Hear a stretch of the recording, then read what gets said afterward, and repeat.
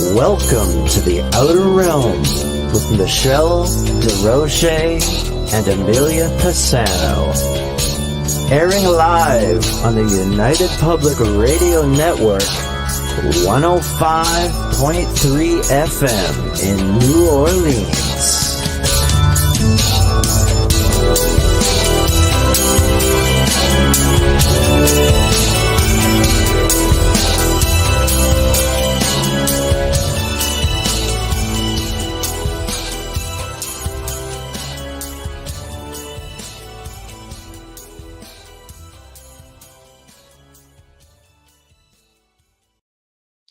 Good evening, everyone. Welcome to the Thursday night segment of The Outer Realm. We are broadcasting live right here in the United Public Radio Network, UFO Paranormal Radio Network, 105.3 from the Gulf Coast, 107.7 FM from beautiful New Orleans.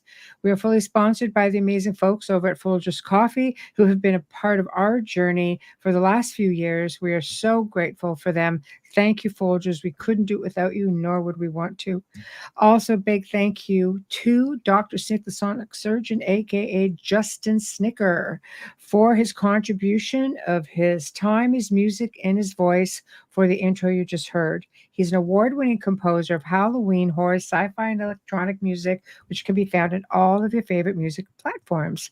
Also, big thank you to Steve McGinnis, the artist behind the banners and logos here at the show. Check him out on Facebook and Instagram. Also specializes in the horror genre and does great commission pieces. Tonight, we welcome John Milor, Cyber Operations Chief, retired 144th Fighter Wing, U.S. Western Air Defense Sector, author and pioneer of Christian Ufology, which is a unique blend of UFO research and end times prophecy. Right there. And he has authored 13 books. I am going to make sure they are all in the write-up once we do an edit on YouTube and so on, just so everybody can check him out, because he's got a lot of stuff. He's just amazing. But with that being said, it's going to be a really interesting show, and people are chiming in. So, Bubbles, how are you? I'm okay. How are you? I'm okay. I look down for 1 second. I look up and I see the chat room just fill. Oh, hello, everyone. That's good. I love it. I am just actually checking things out here. Hold on. That's not going to do what I want. Okay. It's a hot one out there today. Oh my gosh, the humidity in Ontario is nasty today. God, I know. Having wavy hair turned into frizz is not I am not happy, but oh my goodness. I know. It's really never fun. The air conditioning.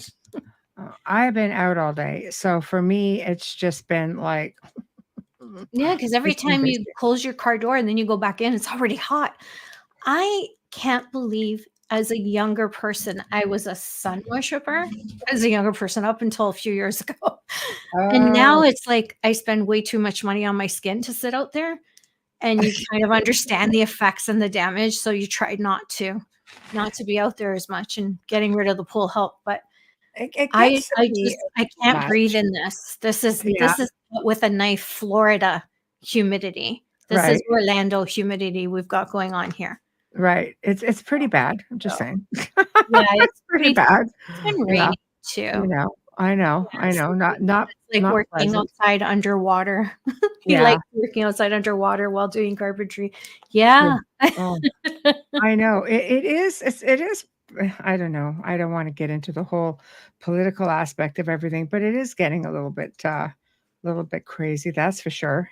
Oh yeah. No, not that way at all. Just that this is July. It is normal to be that humid. You just forget how humid it can get when it's raining. Right. No, it's true. You are not wrong on that at all. So, and for all of you who suffer from migraines, blessings and love and light from here, because I get it. It's nasty. But anyways, I like the fall. The fall is my favorite time of year, and I'm already seeing Halloween stuff online. Mm. Yes, because back to school goes in. So, Halloween's like right behind it. And it's exciting. It's hard to even, it's hard to even get there. I mean, I love it, and it just seems like, I don't know what happened. Oh, You know, what happened? I don't know. The time just zips by. it flew. It just does. It really does. Okay, I'm Mhm. just getting organized, guys. So thank you for your patience because I don't like not looking at No. everybody here. Not like I can see everybody, but I know, I know you can all see me. So, all That's right, I think I've okay. got this. I think I've got That's this. okay. There, we're just waiting for our guests to come in. Yeah. So, with that being said, hello. We've got Z Sun. How are you, Kathy? Hello, Janie. Hello, hello. We've got Wayne. Hello. Oh my goodness. So this is going to be a really, hey Dolly, really interesting show. I'm always interested in hearing people's perspectives, and whether we agree or not, that's always a thing right there. We don't always agree, but I have to say that we respect our guests and we like our listeners in chat the same. So please, we have to agree, but let's just jive through it and go from there. I think people spend a lot of time on research. I know our guest certainly has. He's got 13 published books, and is mostly known for his pioneer research in the field of Christian ufology, a combination of I'm just reading, ancient astronaut theory and end times prophecy, and has been in the paranormal for over 30 years. So, also fascinating. And I know we're going to have a lot of fun. In fact, there's so much information. I have a feeling we may just have to bring him back because I know, how I just love bringing our guests back. Yeah, and we only have 2 hours, not even. No, we can't do it all in that time. But No. without further ado, here we are. Yay. Hello, how are you? Hello. Hey, how's it going? Good. How are you? Very good, very good. Well, Happy to be here. thank you. Thank you so much for joining us. It was really hard to pinpoint, when I look at everything and all the books you've written and the fact that you've been in the field of paranormal and ufology and for so long. There's so much information. I was just saying we're going to have to maybe do this again just to keep going because Like a you do have series. a lot of phenomenal stuff. Yeah. As often as you like. I am a Don't say that. We fountain have of people come back every 2 months. We have a great I'm a time. fountain of craziness, the stories I've accumulated, if not just like things that I've gone through personally and family members and friends, Right. one of my favorite questions when I meet people, if I get to know them, and then now I have a little more wisdom not to hit just anybody with that question, is what's the craziest, most supernaturalist, paranormal thing you've ever experienced? Ooh, that's a big one. So I've always managed to get stories out of the most unlikely people. If I feel they're not going to rub me over the coals like they did in the army, but I gather so many stories that I just catalog it with everything else. I just always trying to connect the dots and figure things out, I guess. I love it, but you have to be that way because there really is no black and white. There's so many variables. So literally everything. Yeah. So Yeah. one does not normally just fall into this. I mean, usually it starts with an experience or an interest. How did it begin with you? Well, with me, since I was a toddler, I was always interested in the unknown and things that cannot be seen or whatever. Probably some of my sister, she's 6 years older than me, 7/6/7 years older. Right. And like there was a haunted house down the street from where we live when I was 5, and a lot of things happened when I was 5. But she liked to talk about this ghost named Roger. She messed with a Ouija board and it flew across the room, and when she went to go touch it, so her experience with the Ouija board didn't last very long. But these kind of stories, my sister when it was daytime, I wanted to hear all about it. When it was nighttime, I was terrified.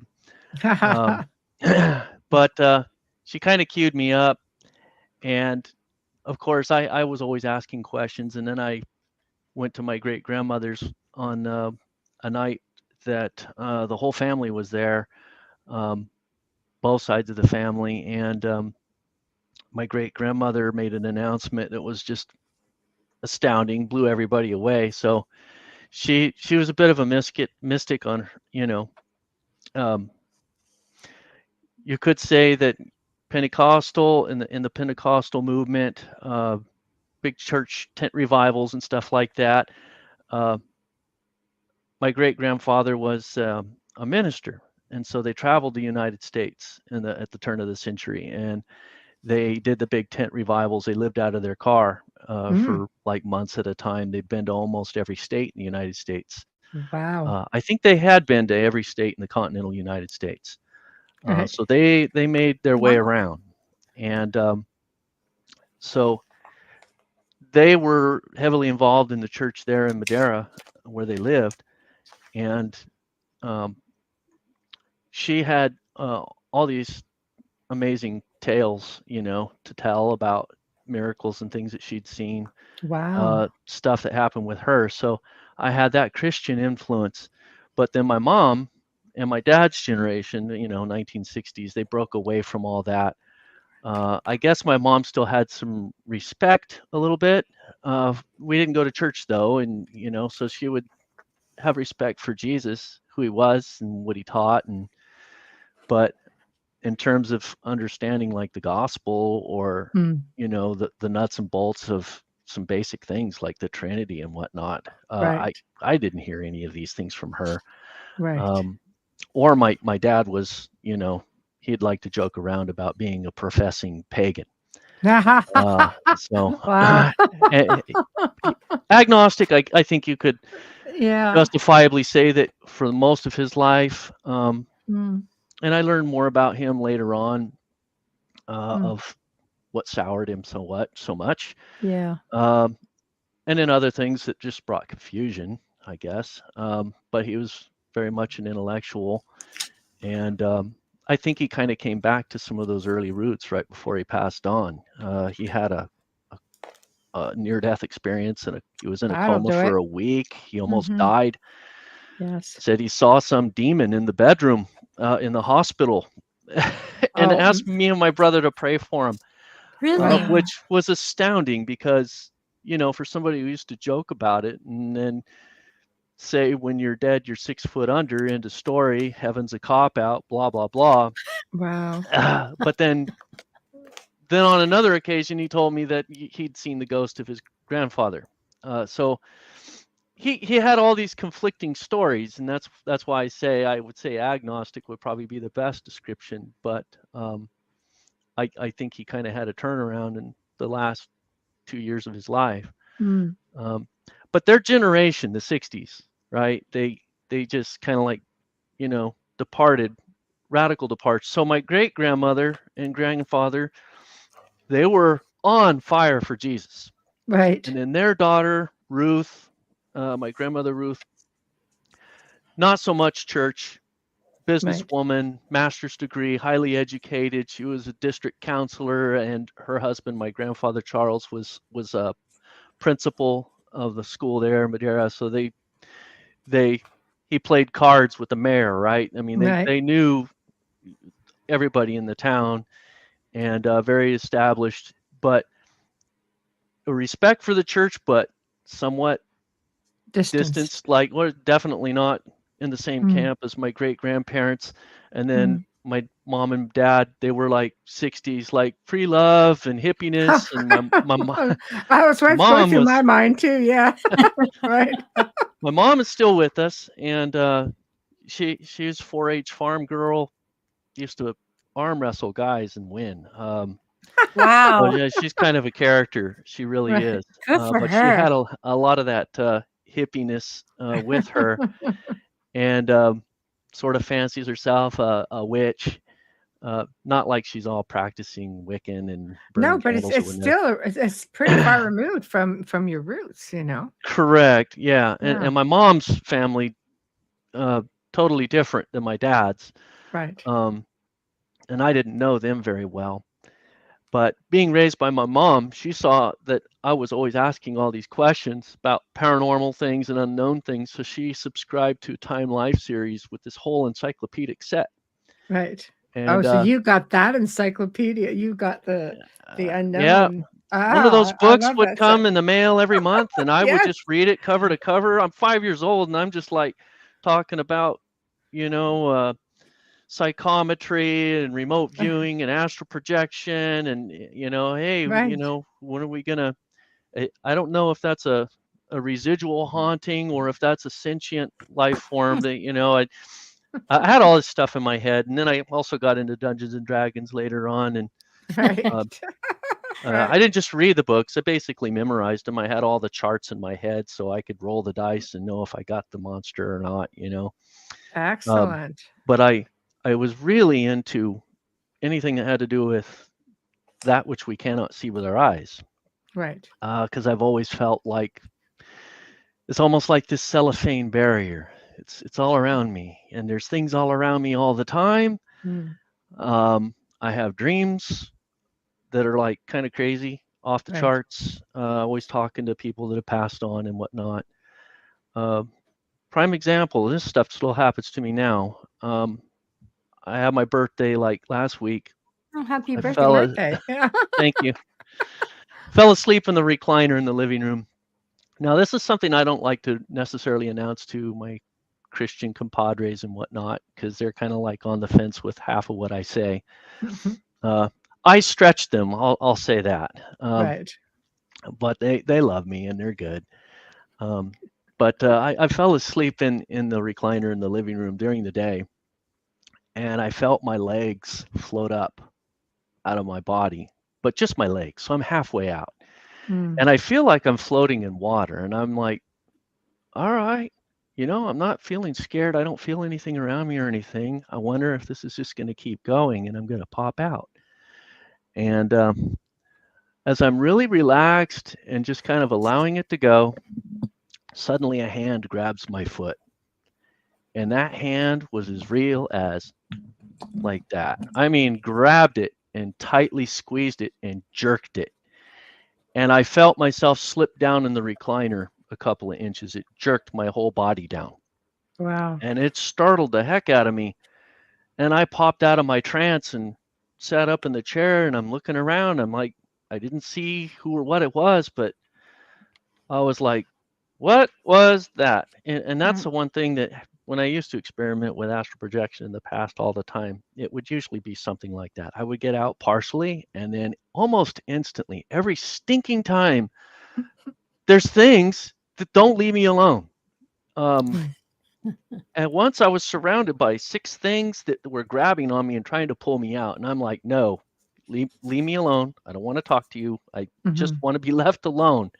Right. But they don't want to leave me alone, whatever's happens to be around. Right. And Right. I prayed to the Lord, like, who was that? Because, Lord, I don't, you know, I've sealed my house. I pray that I have protections on my house to, you know, so stuff doesn't just pop in like that. So who or what was that? And I went back to sleep and I dreamed about my buddy Remy.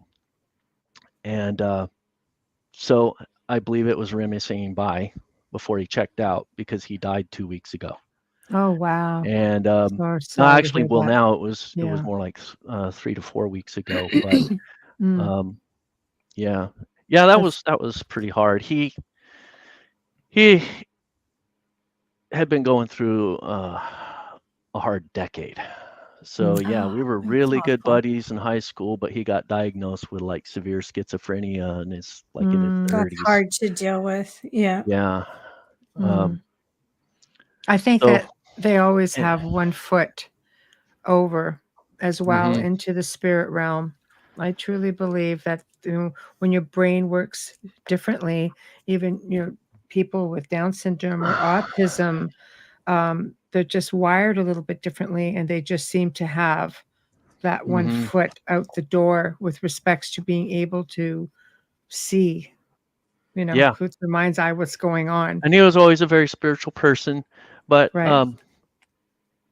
he would go through these phases where he would be like all on fire for Jesus and in a church and just going out in street ministry and talking to people on the street and Right. laying on of hands and trying to do miracles and things. And then, then he'd fall off the grid. Had no idea where he went, be homeless for a while, wandering around. And next thing you know, he's in another town, checked into some homeless shelter or something. And Free spirit. Yeah. Right. This is actually not the only friend I have that I have a number of friends that went that way.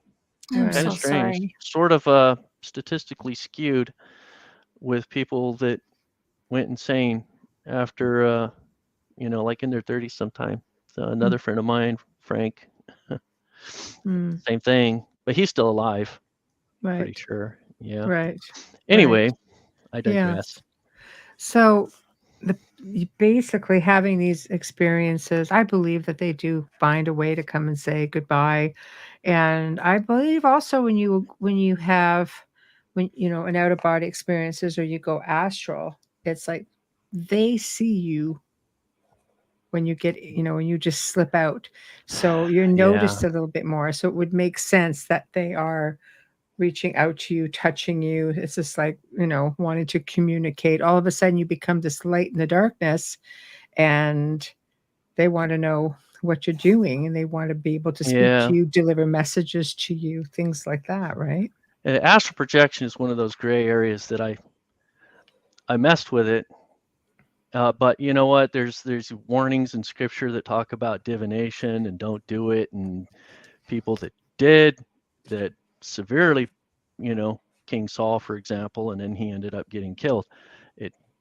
He actually did consulted with a witch of Endor. She brought up Samuel, the Old Testament prophet, his spirit from the underworld, and then he cursed him, and then he ended up dying as a result after that. So, like, I take that divination thing seriously. I didn't used to. I used to be like, always reaching out, even tried to be a channel at one point. Not a good idea. It's hard when you allow channeling because it's a form of possession. It's scary. It is. Really, and I think I actually did get possessed at one point. And I ended up doing an exorcism on myself. That was even before I was a Christian. So, or I should say, on fire Christian, or whatever you want to call it, faithful. Practicing faithful, someone who actually goes to church and whatnot. And can I ask what was a catalyst that moved you over into a stronger connection with your faith? Okay, so it kind of runs in my family. Right. So here's a book about these kind of things. Right. My great grandmother had these stories, right? So she encountered an angel once that saved her life. She was choking to death from carbon monoxide poisoning one night. She cried out to God, "Please save me. I think I'm dying." Suddenly, the bedroom door opens. Somebody walks in, grabs her, rolls her over, and it was a soldier. He had some kind of military uniform, and he had a helmet with a spike on the top. They call it a pickle hob helmet. So right. Prussian soldiers had those, and I think particular Marine unit a long time ago in the United States used to have those. Wow. So it was interesting that she said his description. She knew exactly, provide this detail. No, he didn't have a white robe or bird wings or any. I honestly don't think angels come in many forms. Yes. They can show you themselves as bird wings, or you might perceive them that way if you're out of body and you're expecting to see that. Or they could be horrifying. Yeah. Or terrifying. Yeah. Yeah. But generally speaking, they look like people. And in most scriptures that talk about them, and this person looked like he was a soldier. And grandma, as soon as he rolled her over, the carbon monoxide cleared out of the room. She could breathe again, and then he just turned around and walked out. And she went out into the living room where he went, and the door was shut, and the chain was across the door. So he just poof, disappeared. Right. But that wasn't the only story. Her most astounding story was that she had a stroke when she was later in life, and it almost killed her, and she was paralyzed on the left side of her body, and she couldn't talk. And when she was in the hospital, she said Jesus walked into her hospital room, physically manifest and like glowing, and smiled at her, and the left side of her body instantly came back. And he Wow. turned around and walked out. So she got to report to her church. You know, they were all praying for her at the time and everything. And it's like Jesus came in and he healed me. So these are the kind of stories you would expect to hear from her. Right. And seeing angels, you know, you go in her house, if the TV was on, it was an evangelist. If the radio was playing, it was gospel. Right. They were just Very consumed faithful. with Jesus. And those are the kind of things you would expect. But she also told us about a UFO that she saw when she was a little kid. And I was 5 years old at the time when I heard this tale. And she started out by reading this newspaper article about a wild goose chase between UFOs and a police car in the outskirts of Madera County. And it's like right out of this scene, right out of the movie Close Encounters of the Third Kind.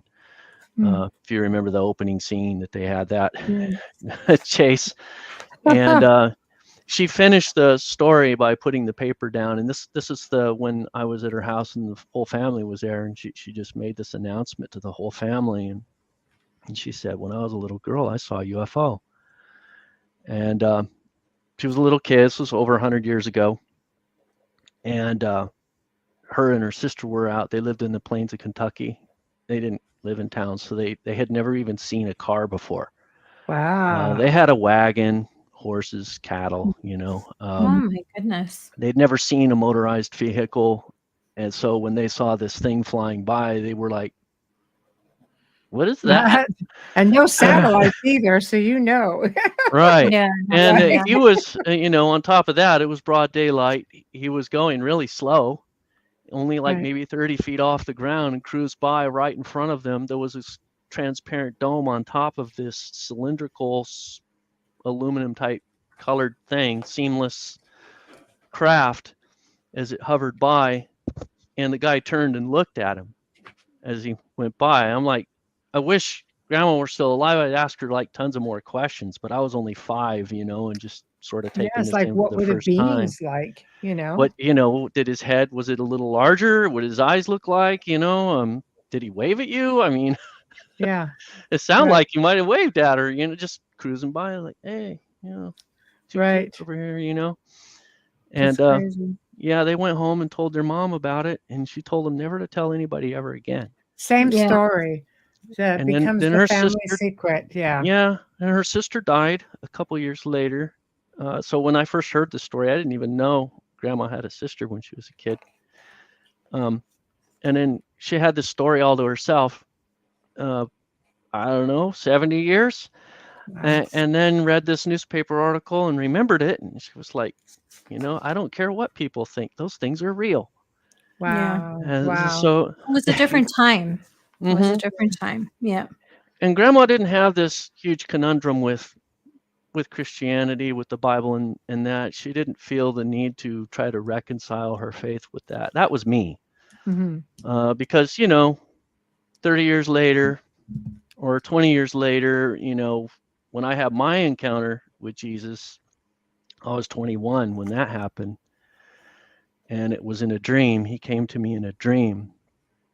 And I got like serious hardcore about like, oh my goodness, you know, Jesus, that was really him.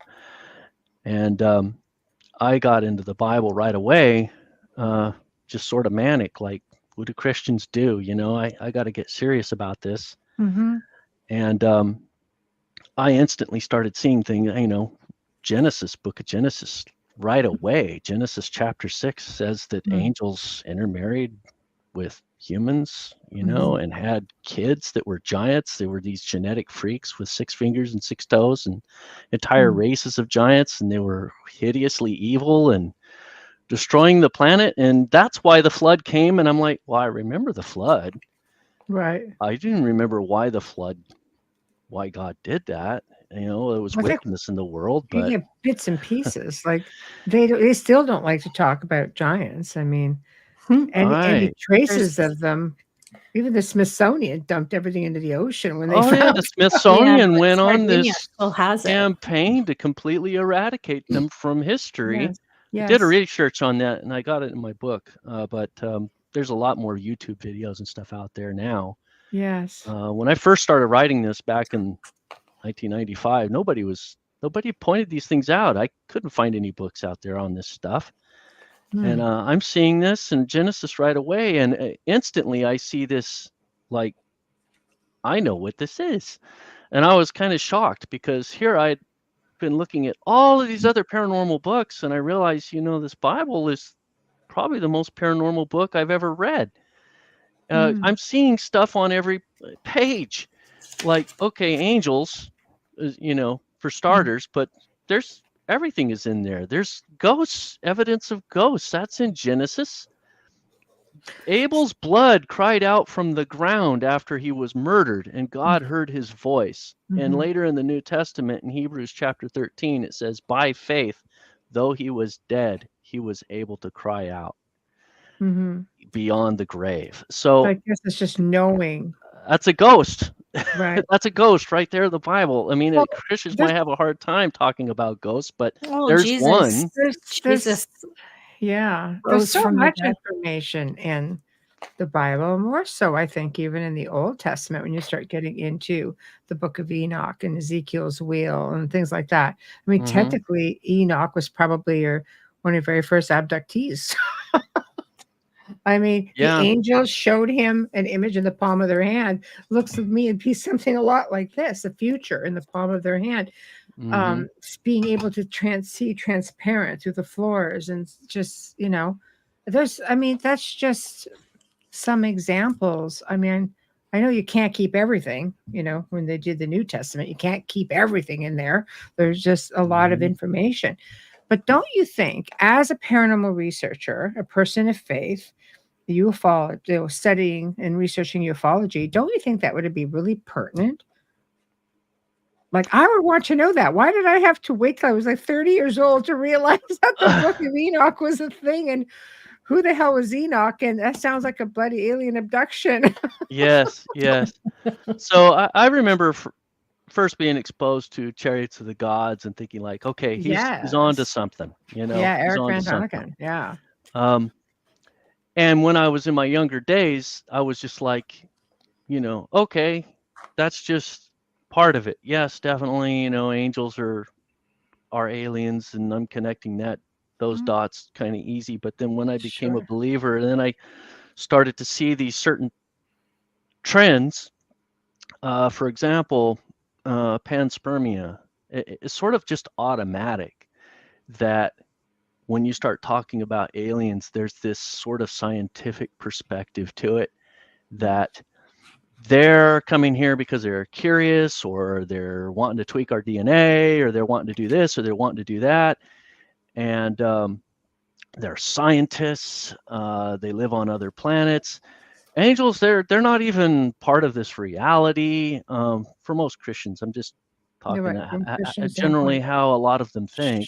Sure. And there's a lot of things that to connect the dot that angel equal ET, you have to work some things out. Like, do angels use technology?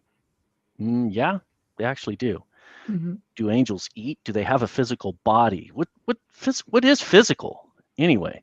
Right.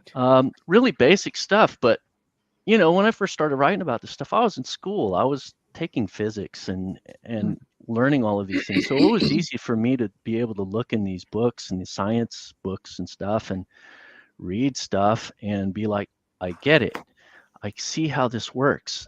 And honestly, modern physics, quantum theory, string theory, M theory, multiple dimensions, we're getting to where we can understand reality the way the Bible's actually talking about, or in fact, the Bible understands reality, and we're just finally catching up to it with our science. But the Bible describes existence, our existence, the heavens and the earth, as a multidimensional reality. Agreed. When God created the heavens and the earth, Genesis 1:1, first sentence, in the beginning, God created the heavens and the earth. Heavens is a plural word. Now, it isn't always in English translated with that S on there, but in like 90% of the 657 uses of the word Shamim, which is heaven, it's plural.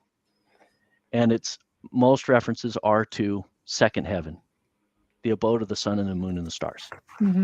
So terms like the host of heaven, used 18 times in the Bible. Literally, if you translate it, life forms in outer space. Right.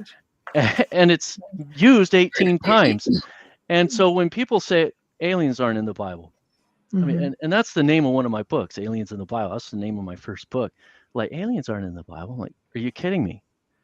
The actual phrase, life forms in outer space, is in the Bible 18 times, and I can show you. Really?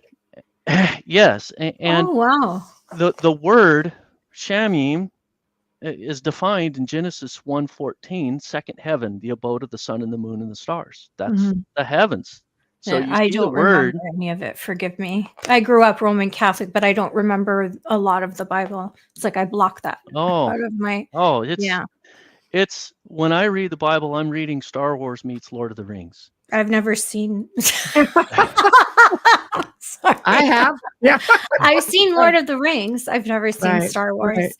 Yeah, but no, I understand. I didn't realize it was that often. I thought it was the vernacular was different, and that's. You've never seen Star Wars? Are you not a sci-fi fan? Somewhat, but when Star Wars came out, I mean, I have the original game board. If anybody wants to buy it, just saying. From when I was, I don't know my if brother I know gave it to anybody. Me. My brother gave hasn't seen Star Wars one year, but I think I was 8 or 9 years old when it came out. So my brothers were sci-fi fans. They watched Star Trek. I've never seen an episode, but I do love Doctor Who. I love time travel, like that kind of stuff. I'm just not, you know what it is for me? It's not the sci-fi, John. It's they don't leave that same area. I'm claustrophobic watching the movie because they're not leaving the ship. They're not leaving what?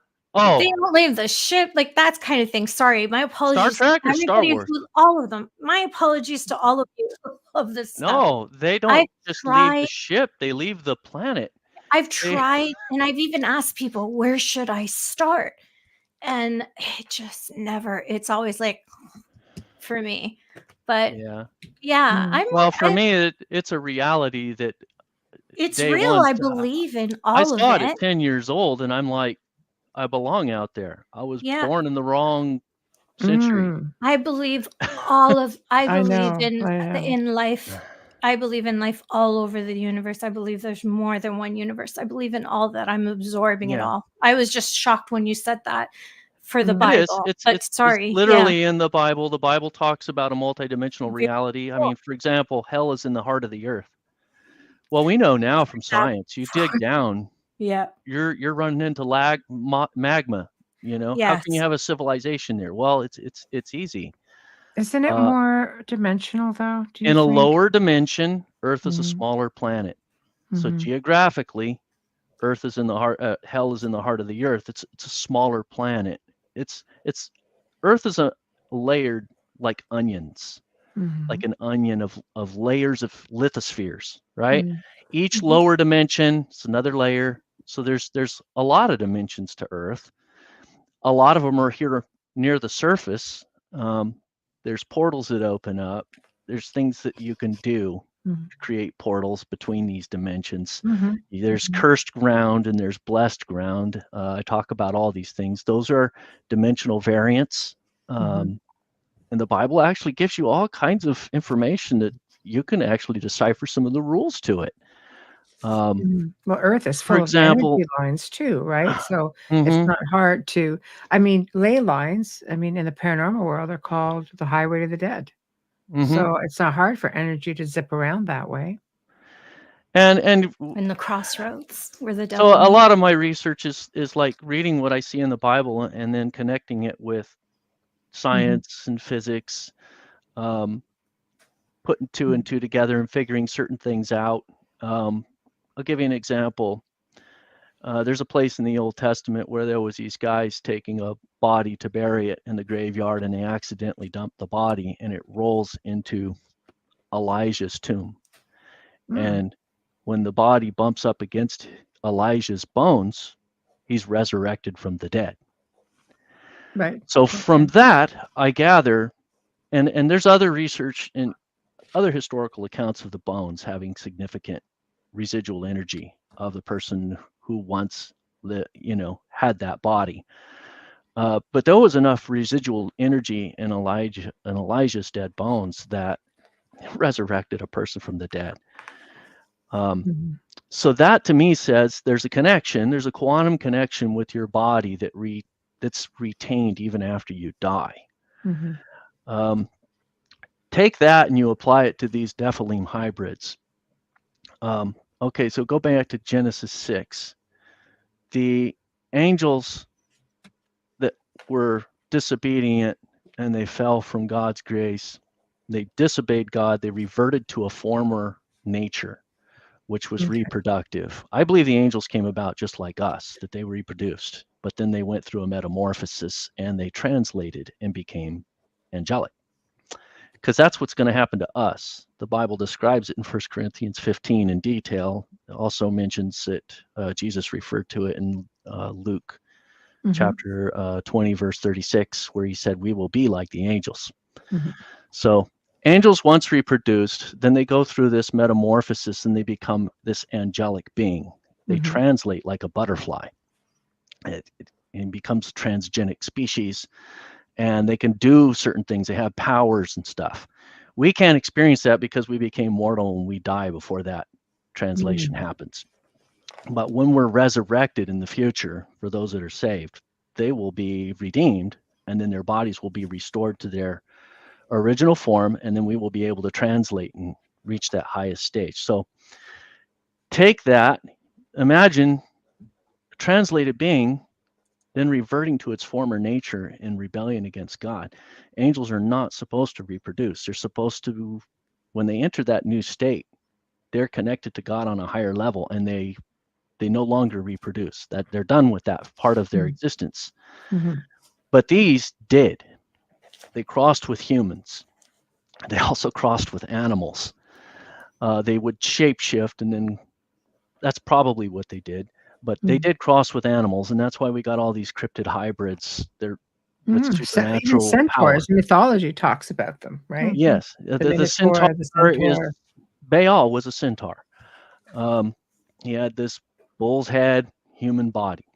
There probably really was a physical being that was worshipped at one time. That was Baal, and then he died. The ghosts of the Nephilim are demons. That's where demons come from. God didn't create demons.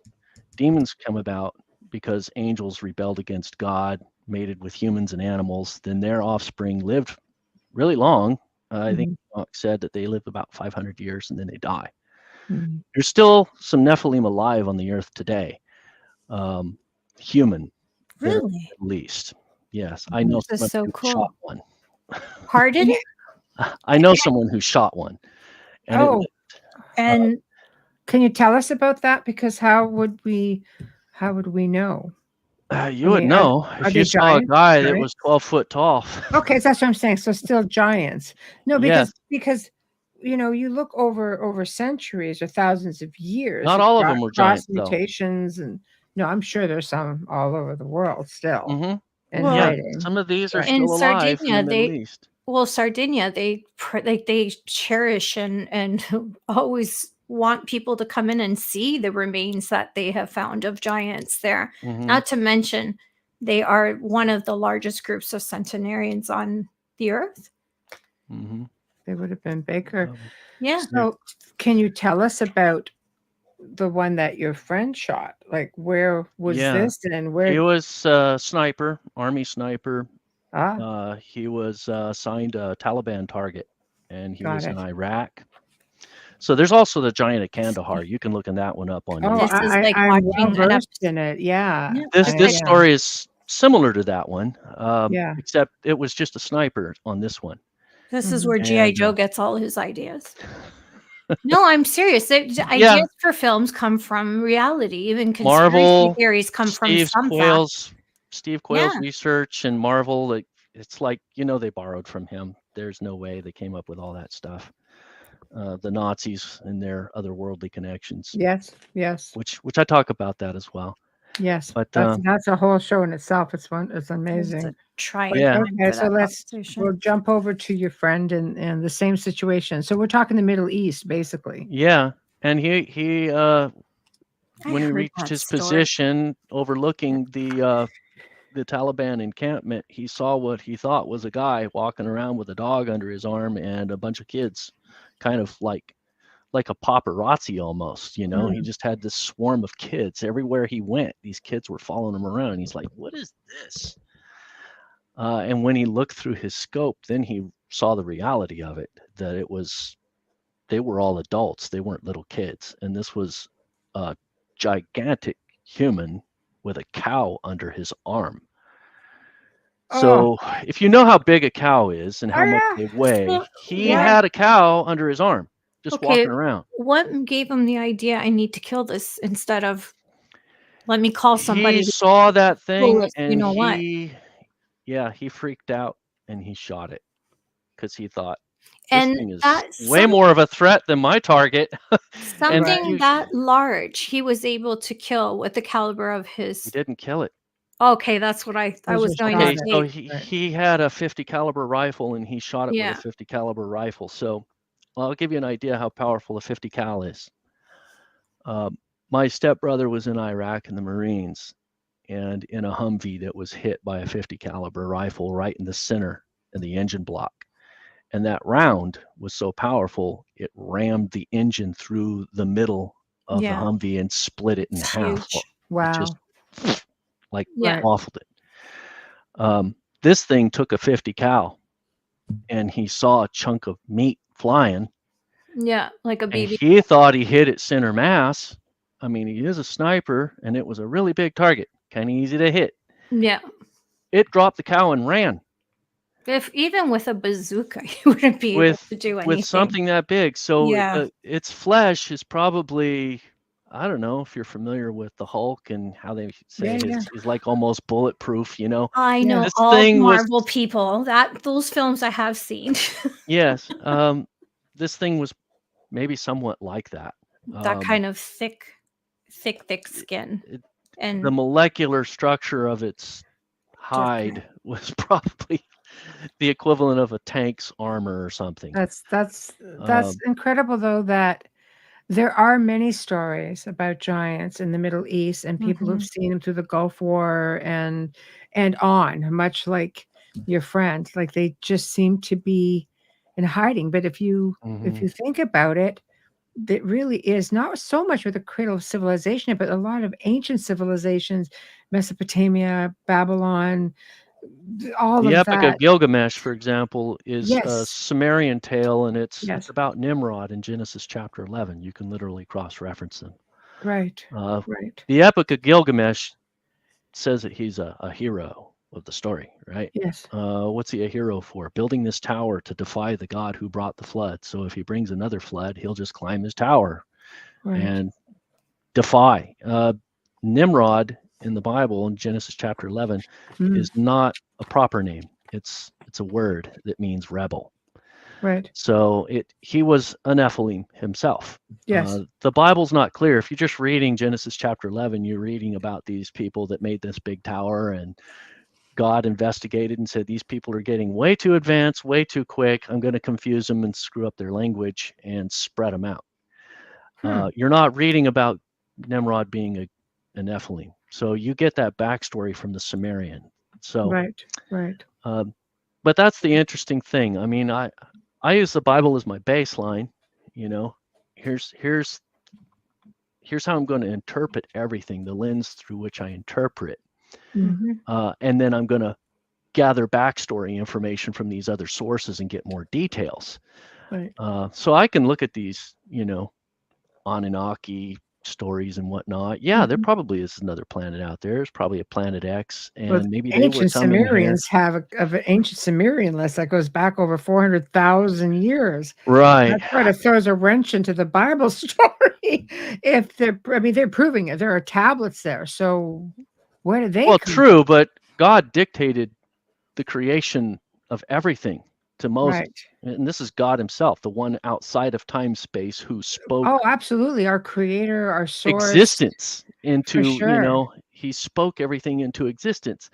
And that's the unique thing about the Hebrews, is that they differentiate from all of these other ancient religions that basically deified these Nephilim. They're like heroes, right? Marvel, even now, right? They're superheroes. Mhm. And yet, the ancient Hebrews said that these things were so bad. I mean, first of all, they were glory hounds. They wanted to be worshipped. They wanted to be deified. They set up temples to them, and they lavished in it.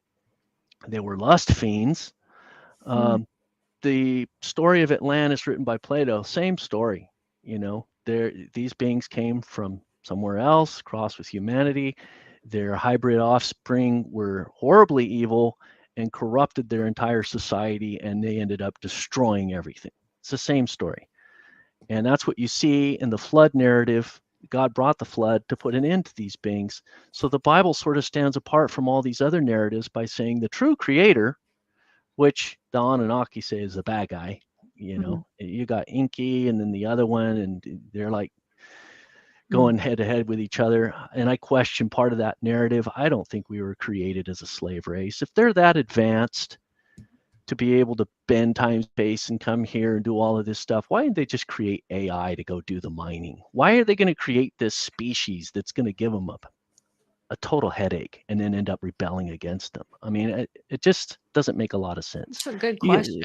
It's something a lot easier, a lot rudimentary, a lot more rudimentary than an actual sentient being that, conspire against you and whatnot. They're That's really coming elaborate. through a military mind. That that came through a military mind. You're looking at all corners. Yeah. Yeah. Before we jump too far ahead, I just wanted to address a couple of questions. Sure. If you don't mind. Which one. While we're in that same zone. Yes.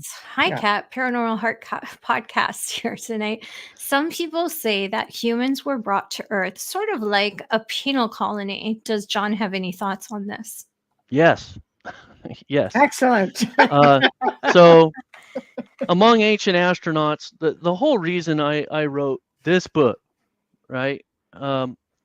Christian Ufology, is I'm doing these podcasts on what they call, what I'm calling the mission of the first angel, mentioned in Revelation 14 verses 6 and 7. And it says there's an angel flying in the heavens. He's preaching the gospel to the people of earth. So that's an interesting side note in itself, because if you think that angels and ETs are the same thing, and in the future there's going to be this global ministry where an angel is preaching the gospel to all the inhabitants of the earth, what if that angel comes in the form of a being in a spaceship and he's actually quoting scripture and aligning with things that you see in the Bible? People are going to be really confused. A lot of people are anyway. And he's going to have a narrative that's going to be countering this other group of ETs that are going to have some totally different story. We're created as a slave race. This is a penal colony. There's a whole bunch of different narratives that people have come up with. They're all over the internet. And it's not anything new. It goes back to the ancient Greeks. They called it panspermia. Life was seeded on Earth from other planets. Right. And that is really why I got into writing this stuff, because my experience with Jesus was so profound. I could not step back from that and then say, no, that wasn't Jesus, because it was. So there's something about an encounter with God that you see it in scripture, but there's too much to be read between the lines until you've experienced it yourself. Right. when God appears to people, he includes with that the knowledge that he is who he is. When he appeared to Moses, and Moses said, "Who shall I say is sending me? I'm going to go stand before this king. Who should I say is sending me? I need some kind of creds." Right. And he says, "Tell him I am sent you." So the name right there, I am, Yahweh. Mm-hmm. That's a hefty name that carries weight. There's gravitas there because he's declaring his existence with his name. Mm-hmm. I am.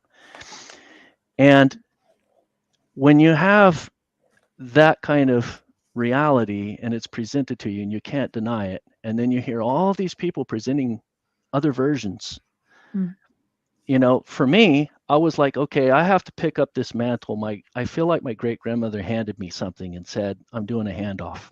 You know, for me, I didn't need to worry about this stuff. I didn't need to figure it out.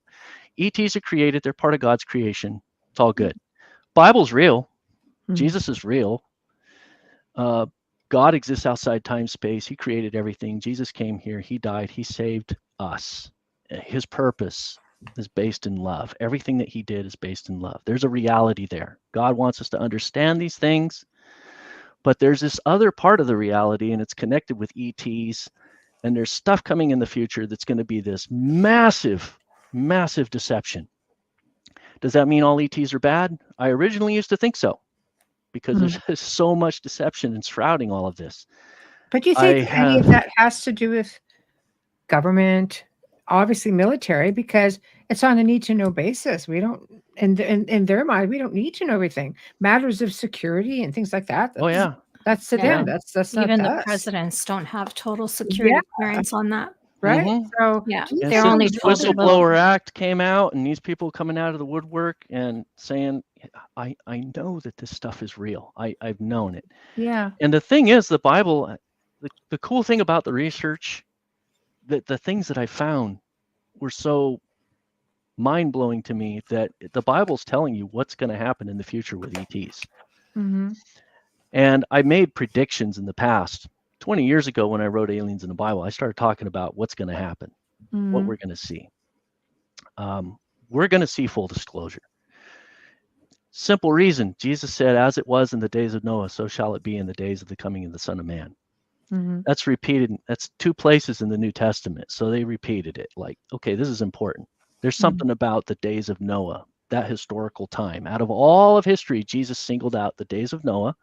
And he also mentioned, like it was in the days of Sodom and Gomorrah as well. So, okay. But on the surface, everybody says 12,000 years, though, right? Like a flood or catastrophe of sorts. Well, you could Ice say age. the flood. You can point out the flood, and I used to think it had to do just with, societal wickedness in general, but no, wickedness has kind of always been here, ever since original sin.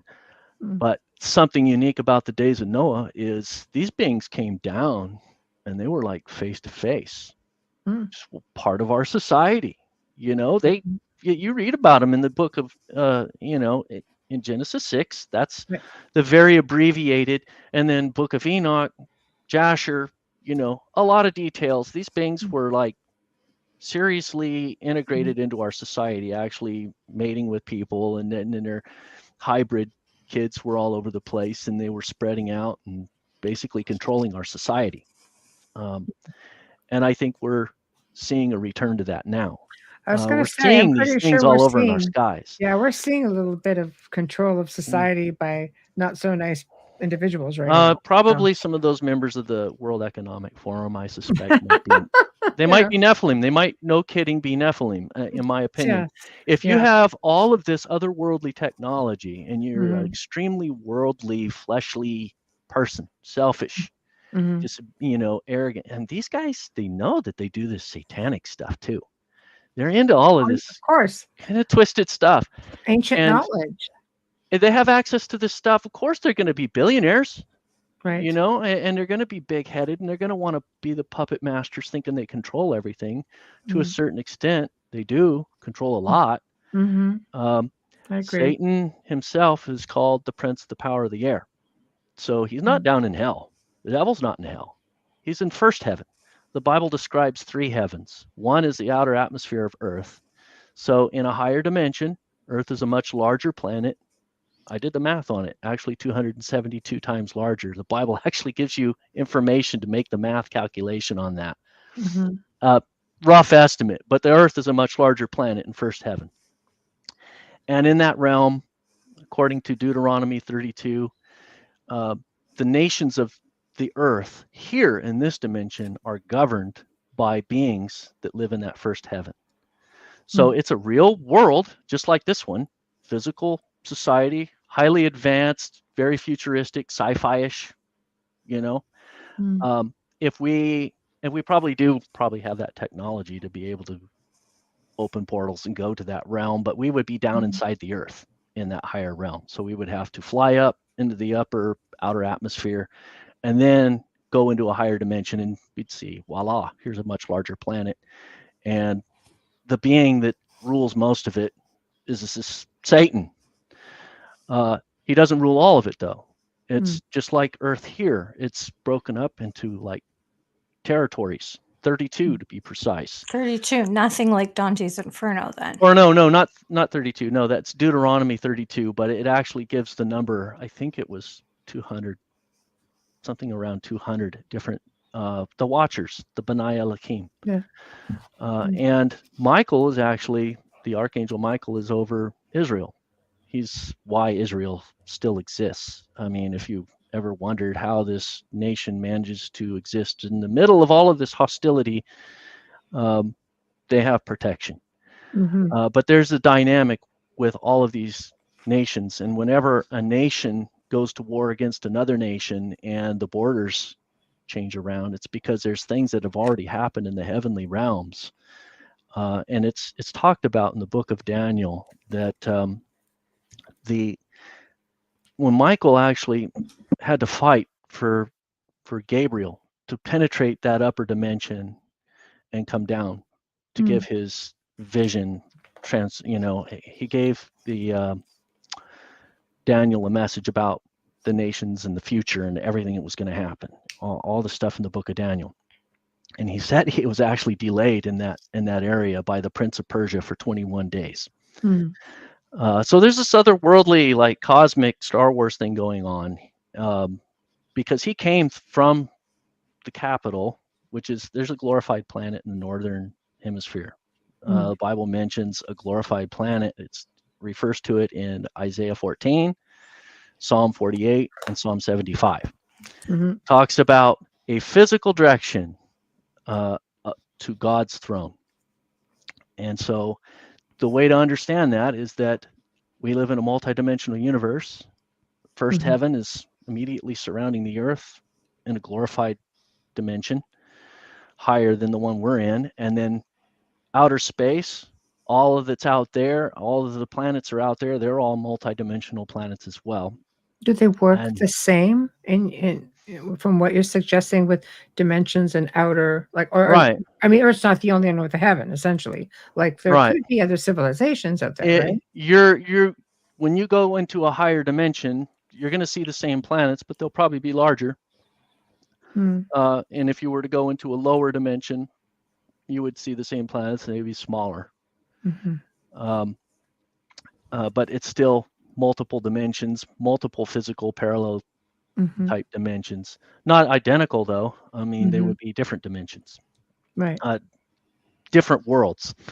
And anyway, when Michael came and gave his message to Daniel, or Gabriel gave the message to Daniel, Michael had to fight the Prince of Persia.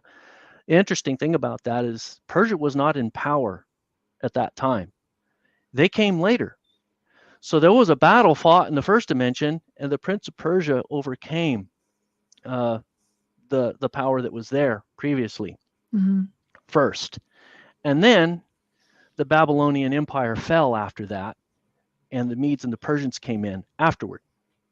So it's, our society here is a mirror reflection of the beings that are in power there. So I would think that countries where there's just like human rights violations off the chart, really bad, well, obviously those are really demonic horrible satanic beings that are in control of those regions. Mm. Other areas where you have more freedom and, you know, that it's not nearly as bad of a place to live, those are much better places to live because the beings that are over them are just, and they have a better governance in the first heaven. So the cool thing is, you know, when I was reading all of this, I'm like, I kind of sort of intuitively felt this all along.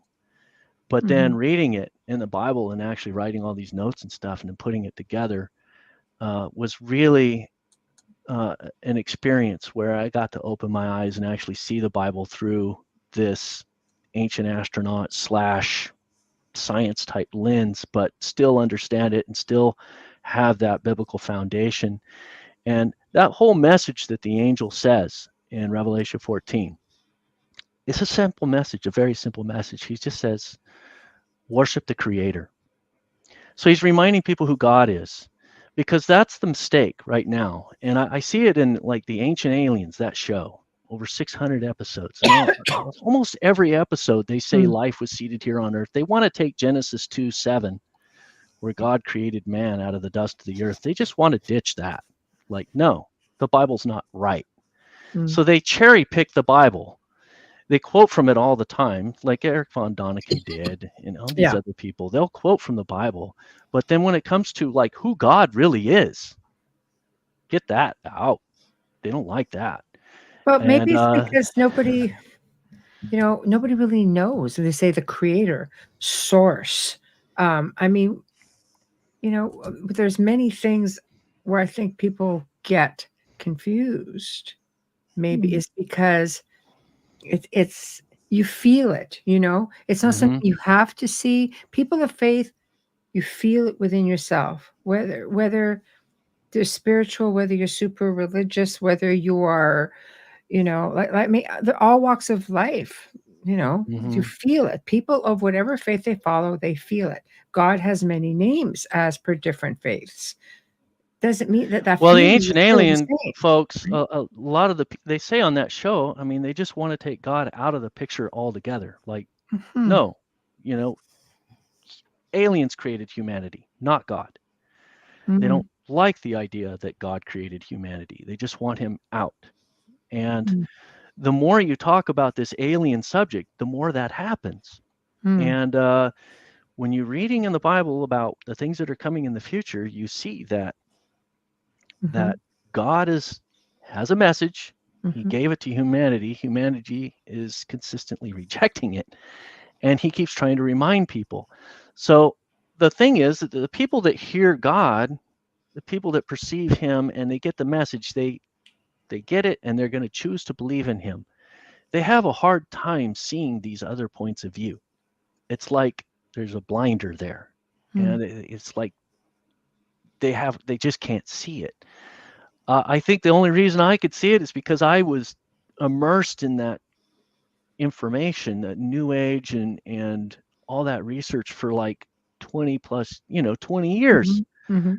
And then I had this encounter with Jesus, and I was like shocked, like, okay, there was things that I was, you know, like I thought evolution, there's probably something to that. It's probably real. And the story of Adam and Eve's an allegory. You know, I was just like all over the place, all these different ideas. And I would have just been on the same sheet of music with any of these ancient astronaut guys.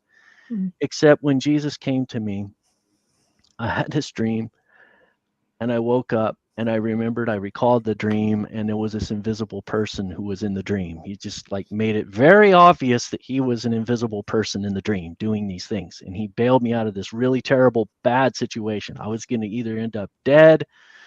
I was going to be dead. I was going to be killed. And this invisible person bailed me out of this situation.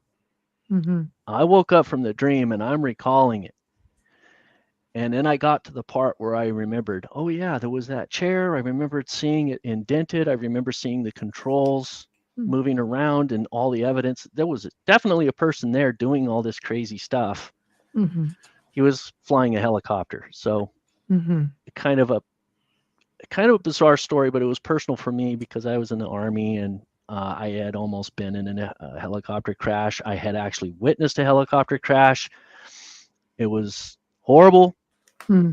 And this person when I got in the helicopter, he took me out of this horrible place.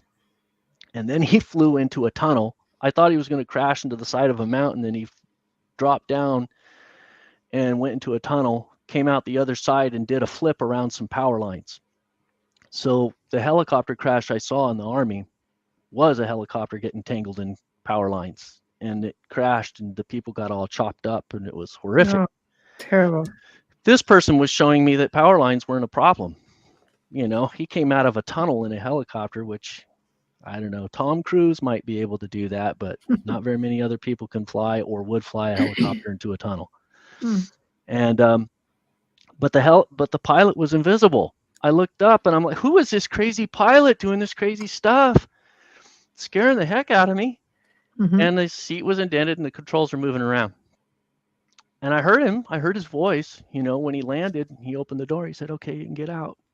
I got out, door shut, flew off. And I'm like, okay. And then I was free, right? And I felt so good, so light, and I walked away from that scene. And I woke up and I was remembering the dream. I was 21 at the time. This was after I got out of the Army. And man, my life just went spiraled downhill. In addition to all of the crazy occult experimenting, turning my house into Poltergeist Central, I was also getting into all kind of addictive stuff, and it wasn't good.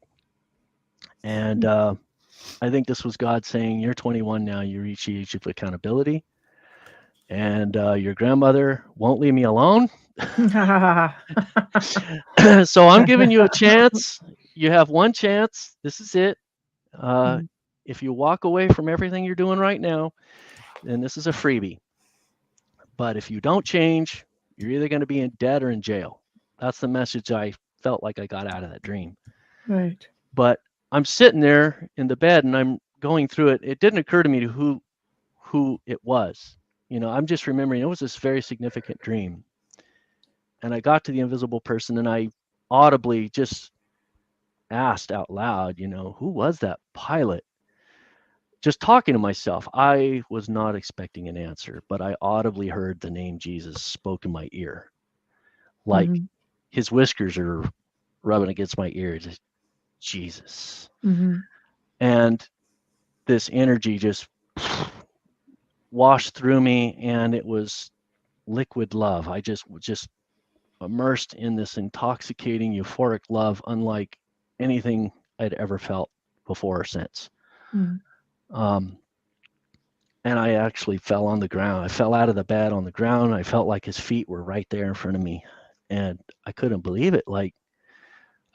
But I didn't have the option to not believe it. He was so real that his name, when he said it, there was a knowledge that was imparted with it that it definitely was him. It could not have been hoaxed. It could not have been something else pretending. It's just something that, like, you read the book of Job and he's complaining and crying out and saying all this stuff through the entire book, and then in the entire end of the book, when God shows up, he's like, okay, I'm done, I repent. It's like you have to read it between the lines. It's something about God's presence that just totally changed everything. You see it again in the New Testament when the apostle Paul was Saul, encountered God on the road to Emmaus. Jesus said, why are you persecuting me? In a 5-minute conversation, you had this guy that was killing Christians on a mission to persecute and kill as many Christians as he possibly could, suddenly becoming a Christian in 5 minutes. So I had an encounter I could not deny it. I could not change it. The thing is, I had this whole encyclopedia of paranormal experiences and books and stuff in my head too. So I was sort of set up to be able to have all of that information and yet set it aside and then pick up the Bible and start reading it and say, okay, I'm going to believe the Bible. God said he made Adam and Eve from the dust of the earth. That is what I'm going to believe. This is the truth. And I can't really argue with somebody that that is debating it, like, oh, I don't know about that. It's like, Different for sorry, everyone. I'm just not there. I used to think do that. Everybody's So, experiences is different. All your experiences are different, and depending on how profound those experiences are, will be as to whether it stays with you or not. now, You I mean, know? there's a lot of things that I will discuss, and there's a lot of areas like King James Version, for example. I mean, there's translation issues with Oh, yeah. that. But in Mm. today's world, I mean, we have so much knowledge and information available. We could go back to the Dead Sea Scrolls, and you want to get a new, NIV Bible, and you can get all these different versions. I got eSword. It's like 28 different versions of the Bible in there. There's commentaries. You go back to the original language and you study the words, and that's what I did in my research. I'm looking at the Hebrew, I'm looking at the Greek and the Aramaic. Well, I'm unfortunately, I reading think the what these words translation mean. is the biggest part of the problem.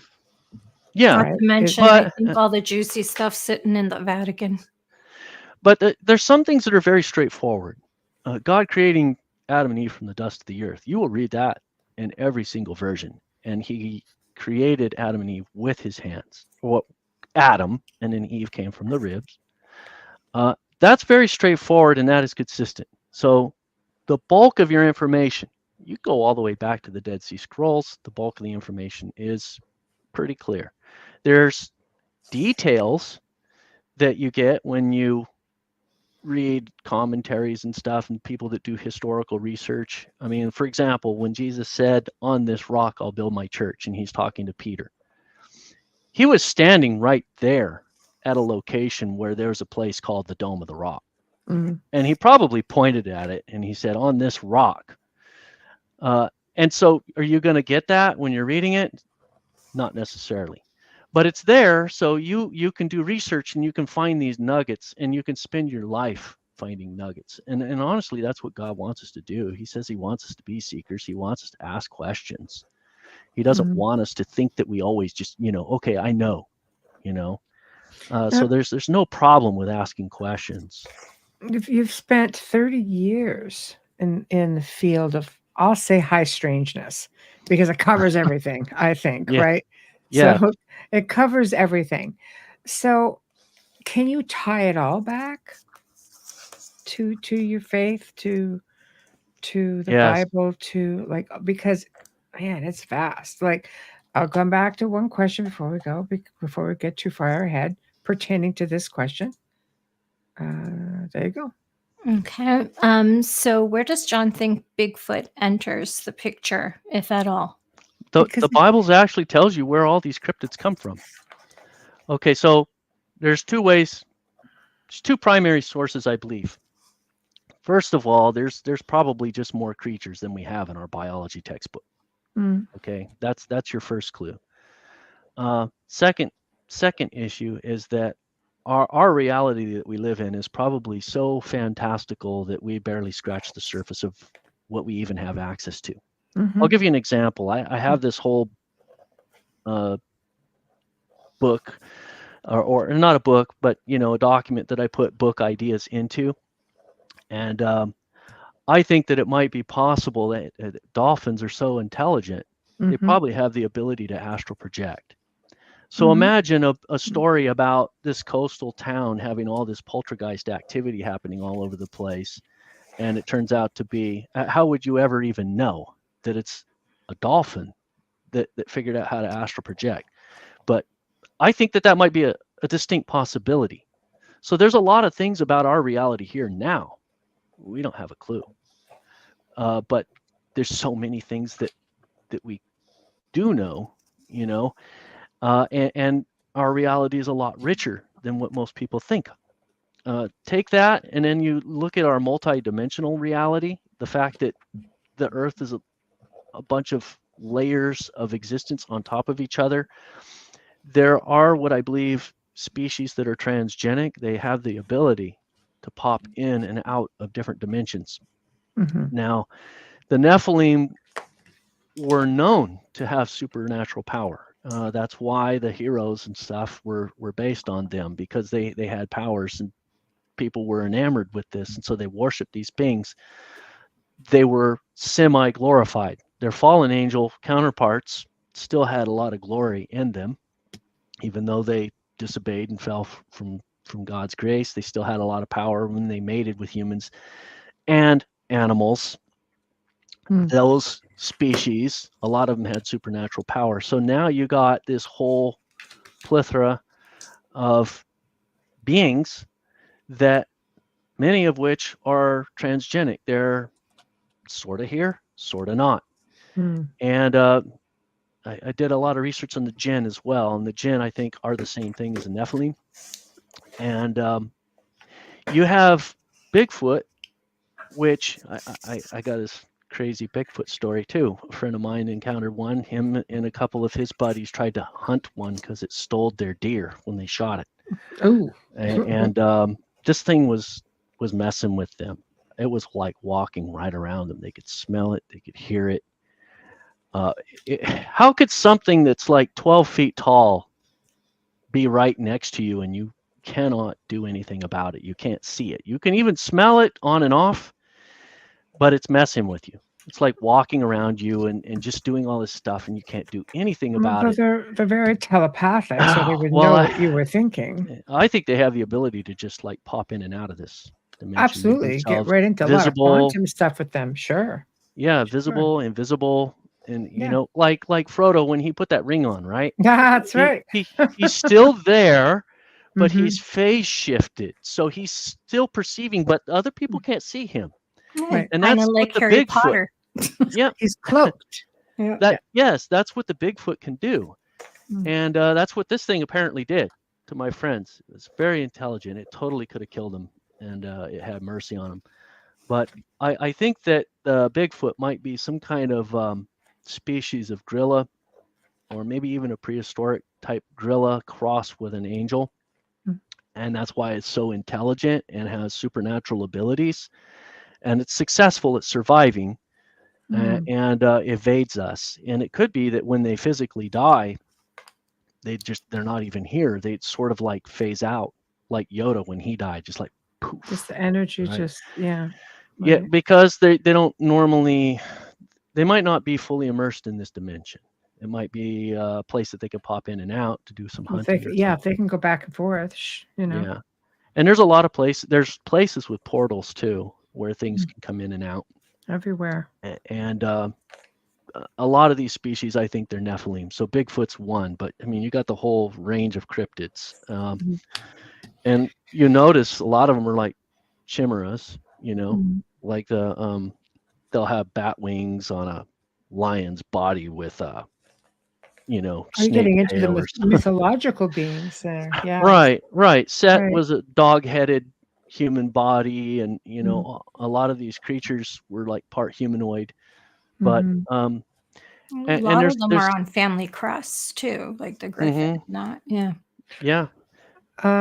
We're going to hold that thought. We have to do a station and sponsor ID. This is the fun part of talking to the guests, but the work part is what we have to do now. I don't want to butcher your name. Do you pronounce it Milor or Miller? Milor. That's what I thought. I should have just gone with it. What's wrong with me, Amelia? Okay, thank you. You are listening to The Outer Realm with Michelle Desrochers and Amelia Pisano, coming to you live from the beautiful city of New Orleans on 107.7 FM radio, as well as on the Gulf Coast on 105.3 FM radio. We are live on Roku and Alexa Prime right now. That's the new one. And you can find all of our archives on these. You don't have to just like watch them. It doesn't have to be live. I'm going to start over. Can I do a blooper reel? Because mine would be full. Our guest tonight is John Milor, and we're speaking all about Christian ufology. Yes, you're thinking the same thing I was. That's why you have to tune in. If you're just tuning in, though, and you've missed a big part of it, don't worry, because you can stream our archives on any platform that you normally use. Simply search United Public Radio and then The Outer Realm just to find us. And you can share that, please, with your friends and family. Remember to click like and subscribe. Add us to your playlist so that you don't miss an episode. Now for the gratitude run, a big thank you to Folgers Coffee. Thank you for your continued support in sponsoring our show. We love you so much, and we hope this is a forever and ever relationship. Thank you so much. Without you, we couldn't be here. Our fabulous banner and promo media is courtesy of Steve McGinnis, who's a horror illustrator, but an artist of every genre. He's an incredible artist. He creates commission pieces, and you can find him on Facebook. Thank you so much, Steve. Our intro and outro is courtesy of Dr. Snick, the sonic surgeon, also known as Justin Snicker, award-winning composer, vocalist, and musician. You can find his music on Amazon and Bandcamp and stream him on any platform. And you can find Dr. Snick on Facebook and Instagram. He's posting his whereabouts, where you can see him perform, as well as his pieces. Lastly, kindly, if you're watching this on YouTube right now, or you're watching this on Facebook, smash that like button. Give us a like, hit that subscribe button. It's free. And please share us with your friends and family. Yeah, show us that love. Come on. There's 3 million We of love you all. It's yeah. not reflecting. Live, love, laugh. Yeah. Yeah. Oh, Oh my goodness. Sorry about that. Oh, Wow, Oh that my was very goodness. professional. oh, thank you. No, I've been off for a bit. So like for quite a bit. So like I'm just trying to pick up the momentum and I keep messing up. Oh, so I certainly didn't see a single mistake. You're too kind. But thank you. Even when I said oops. No, That's a that was gentleman. in the That's a script. gentleman. I Yes. know that was in the script. You're too kind. Thank you. So let's get back a little bit to just as we slowly have about a half hour left. Let's talk a little bit about prophecies, because Yeah. there are mediums everywhere. You've done prophecies yourself. There are psychics and mediums that the Bible actually frowns upon. So they'll have you, they'll have There's you a fine line between prophet and sorcerer. And the Oh. Bible even talks about it. Balaam, for example, in the Old Testament was both. Yeah, can you So send he that had to a the God-given friends gift. Well, I believe that's just it. You have these abilities that are given to you. So How do you use them? What do you use them for? Do you use them for selfish gain? Do you use them to benefit others? Are you even bothering to ask God, what do you want me to do with this? In the narrative, some people came to Balaam and wanted him to put a curse on Israel. So he's like, at first he's like, well, let me pray about it and see what God says. And God says, you will not do that. But I want you to do something. So go to this appointed place. And of course, if you remember Balaam's donkey, the donkey talks to him and stuff. And obviously he was having second thoughts. He was thinking, they're paying me pretty good. I think I might just go through with this and curse, Israel. And so this angel showed up and almost killed him, but the donkey saved his life. He starts beating the donkey because he's mad, and the angel opened the donkey's mouth, and the donkey starts arguing with him. And the guy is arguing back with the donkey instead of like, whoa, you can talk? I know. So like, avoid the obvious, but let's just yes. Right. So this kind of gives you an idea of the life of a prophet. They're probably prone to seeing really unusual things to such an extent that they would argue with an animal that's speaking to them. But he ends up blessing Israel. However, later in life, he went back to sorcery. He went back to doing things that people paid him to do, and he ended up getting cursed, and God executed him because of it. Human nature. And it calls him a sorcerer. And because of the things that he was doing, he was advising people to do things that were bad, that were totally disobedient. And, he was a gifted person and just went. And so that's where prophecy went and transitioned into sorcery. And I think that it depends on how you choose to use your gifting. I mean, if you bother to care, I would encourage any Christian out there, a lot of Christians, they'll have gifts and then they suppress them. You know what? Some gifts are really out of the box. I think astral projection, for example, is a gift. It's one of the more powerful ones because a lot of things can come out of that. You can probably learn how to do telepathy and psychometry and telekinesis if you've mastered astral projection. Right. But on the flip side, if you start cultivating these powers, I would think that there'd be a temptation, a really strong temptation to abuse those powers. And then, of course, anything that you do to step out of line, it's going to make you vulnerable. You open yourself up. And then when you're that kind of person, I think that you're probably a little more prone. You're like spongy. Things can get in you, bad things, and corrupt you. So you have to be very careful.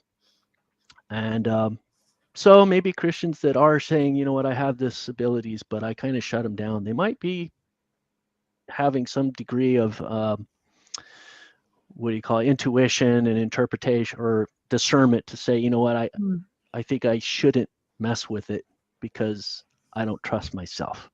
I think if you're meant to use it, they find a way of making sure you know that. That's what happened to me anyways. Yeah. I suppressed it for a long time, but then I had no choice. Have you ever prayed about it? Have you ever asked God, what do you want me to do with it? Yes. Okay. Yes. That's what do you want key. me to do? Show me. Where do I go now? What do I do next? Yeah. Yeah, that's the key. Prayer, and then of course scripture. I mean, because there's basic things in the Bible that tells you, you know, test the spirits. Well, how do you test the spirits? It tells you, you know, anything that professes that Jesus didn't come in the flesh is a spirit of the Antichrist. It is something against Christ. Some demons can't say Jesus is Lord. They simply cannot say it. So if, like, for example, you astral projection, you counter something out there and it's telling you, oh, you know, I got all this information to gather and give you, you could just ask it, all right, can you tell me that Jesus is Lord? And it can't even come out with that sentence, or instead gets upset because you ask it that. Okay, big red flag. So yeah, the Bible actually gives you a lot of information on how to navigate territory like that. And you know, these Old Testament prophets, they were all gifted, every single one of them. And in fact, you know, 1 Corinthians chapter 12 talks about spiritual gifts. It talks about miraculous power. Doesn't say what it is. It could be a lot of different things, And those are gifts that a person gets when they receive the Holy Spirit. And that is a huge spectrum of paranormal, supernatural abilities. So they're there for us to have and to use for God's glory and to do his work. And, you know, honestly, I think that's a very awesome thing. It's part of what really attracts me to certain ministries.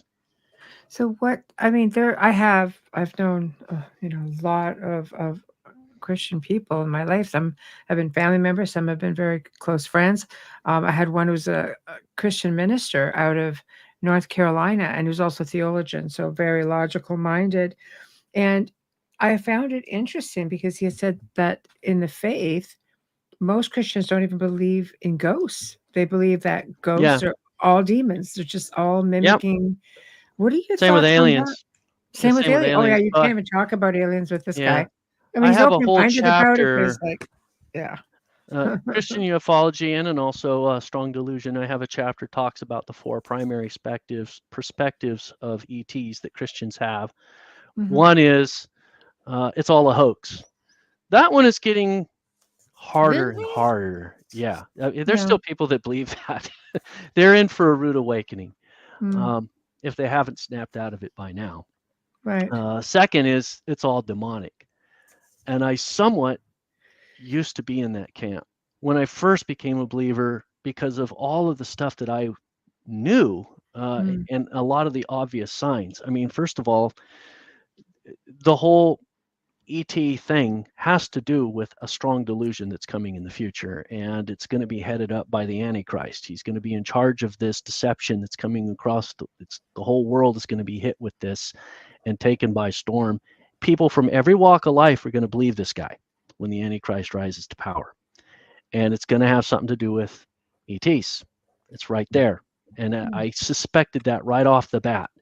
So when I first came into the research and I wrote aliens in the Bible, that was my primary perspective, that be on your guard. The bulk of this is demonic. And then the fact that, these things are supposedly intelligent, right? But they're taking people, they're abducting them against their will.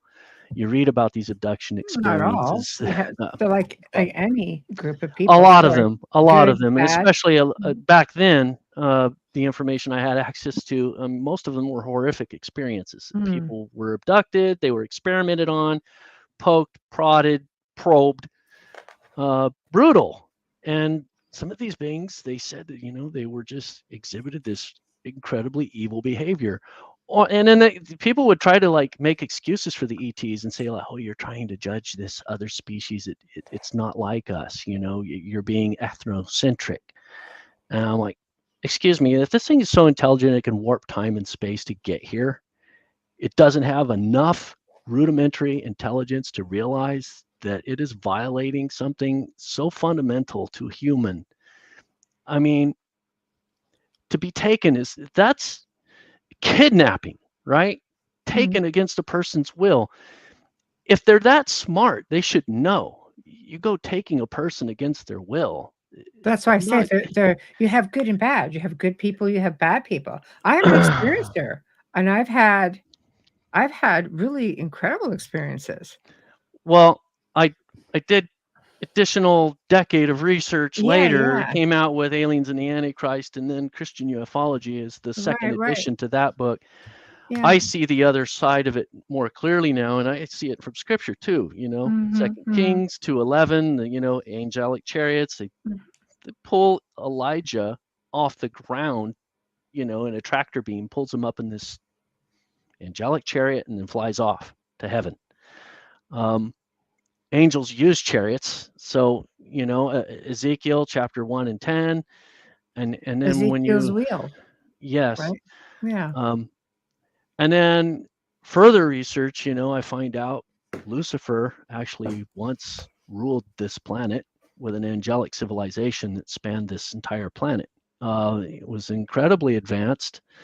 The underground facility that exists over there in Antarctica, for example, is probably remnant of that ancient civilization that was once here. And that's when Lucifer was good. And you could read about that in Ezekiel 28 and Isaiah 14. It's a fascinating, this is predating Adam and Eve. Right. We had an angelic civilization that was here. Lucifer sinned, led his rebellion against God, and then he was overthrown, cast back down to earth, and then the planet was wiped out. And it's interesting because you see that when you actually research the Hebrew words and what they mean. And it starts in Genesis 1:2, and the earth became void and without form. The word void, tohu, means it was destroyed. So what was here? God created the heavens and the earth, existed for who knows how long, billions of years. And then when Lucifer sinned, God destroyed what was here. And in 7 days recreated the earth to a habitable state, restored the Garden of Eden, created Adam and Eve, placed them in the garden.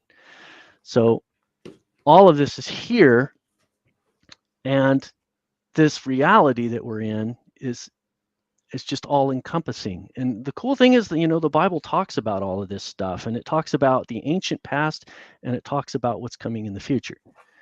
And Satan is going to use a lot of truth to support the deception that he's going to bring. He's going to even use archaeology. So some of this stuff I even heard about from my military. I heard about something in Antarctica. Very highly classified, and the guy that mentioned it during the Chiefs Council that I was in was told to shut up and not say anything about anything regarding Antarctica. Wow. So I know something's going on there. And then I hear Navy SEALs blowing the whistle, talking about a facility underground. Starting to, yeah. Yeah. Yeah. 3 miles underground or whatnot, and made out of this exotic material. And it's got technology unfathomable. Right. Right. So Well, all there's a of that's reason they're there. protecting it. So Yeah, and it's going to come out in the future. So mhm. you can't be on this side where you're like, oh, it's all a hoax. You're not going to be able to sustain that much longer. Right. Then there's the demonic. It's all demonic, but then you're missing out because there's good guys. And I think that this event that's coming in the future, there's an event the Bible refers to. A lot of Christians will debate this, whether it's actually going to happen or not, but I think it is. It's called the rapture. But put 2 and 2 together. When angels come here, they use chariots. And it's not no 2,000-year-old piece of technology with wheels that rolls on the ground and it's pulled by horses. Right. Why would it have wheels? It flies. Mm-hmm. And it's maybe there was a misinterpretation at the time that they wrote the Bible. The word chariot was used because it meant vehicle. Exactly. And they were horses of fire. So they probably weren't horses. It was horsepower, maybe. You know? Yeah, he was thinking propulsion. You know, what's powering? It's got to be some kind of horse, but it's a horse of fire. So I think, honestly, Ezekiel was very articulate. He even said it had beryllium on the bottom of it. Mm-hmm. That's what they used to make rocket nozzles with. You know, it's a type of highly heat-resistant material. So to single that out, oh, yeah, it looks like beryllium, you know? Yeah, probably was. Right. And, you know, this dome on top. And, of course, you see God's throne above it. Put 2 and 2 together. If this thing can warp time space and open up portals to travel transdimensionally across the universe from one planet to another, it can probably open a portal straight to God's throne in the highest heaven on that glorified planet. And you could open a portal and like show God sitting on his throne, like right above it, above this ship. It would be able to do that. And that's how Ezekiel describes the ship. He also describes the wings as straight and not flapping, and wings above and wings below, and they connect on the distant ends. It's a saucer. It's literally, he describes a saucer from the side, and then when it turns sideways, it's round. It's concentric circles. Sounds to me like a flying saucer, and he's seeing it. He's talking about its erratic movement, and it probably moved sideways, and he saw it as wheels within wheels, and then it went flat, and it looked like wings above and wings below, and he's trying to describe it. There's so many connections between angels and ETs. It's endless. Glory clouds and stars and on and on. The hosts of heaven. And it's all there, and I cover all of that in my research, and then it all goes to telling you a story about what's coming in the future, about how there's going to be a deception that's going to overshadow the planet. And a lot of it has to do with this confusion about understanding ETs, the reality that we're in, that there's actually good ETs out there. And one of them is the one mentioned in Revelation 14, 6 and 7. So I speculate that some Christians are going to start having angelic visitations from beings with spaceships. And they're going to be scratching their head, but they're going to act like God's faithful angels. And they're going to be like, don't trip out. We do use technology. Just read your Bible. Right. You know, I mean, there's all kinds of evidence of technology in the Bible. And I have this huge list in the back of my book. There's an appendix. And it talks about it. I mean, the big cylinder that was in the sky feeding Israel for 40 years, right? The manna. Split the Red Sea when Moses cued on Moses' staff, used anti-gravity technology, split the Red Sea. The Israelites crossed it. That wasn't wind. I've seen people try to explain, oh, no, there was this wind. Okay, if you had wind so seriously strong that it's pushing the ocean back on both sides, ain't no person going to be able to walk across that. Right. The wind will push them too, right? No, that was anti-gravity, just boom, a beam shot down, the same kind of force that pulled Elijah off the ground into the angelic chariot.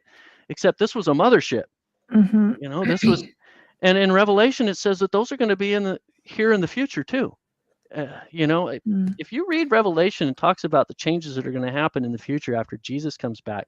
Earth is going to be this really cool place. It actually describes it like this futuristic planet with all this incredible technology, but it's mostly an agrarian society. People are going to still have farms. We're still going to eat. We're still going to have these festivals and stuff, but it'll be a peaceful place. Jesus will actually be ruling and reigning here. People will come from all over the world to visit his throne in person, to see God, you know, here on your planet. He decided to make his throne on this planet. I think if you go back even into ancient paintings going back centuries, you see they have a saucer at the birth of Jesus. They have a saucer at the crucifixion of Jesus. Like this one over here. Right, there you go. Just like that. Yeah. Yeah. I mean, there have been many, you know, people from antiquity who have somehow they knew They saw it. to paint this stuff. They saw something or they read something, and like you said, it's in the Vatican as well, I'm sure. And the Pope has no problem saying UFOs are real and ETs are real. I did actually include a section of my book called Cosmic Salvation. Right. Jesus talked about sheep of another fold. First Corinthians, Colossians 1:20 talks about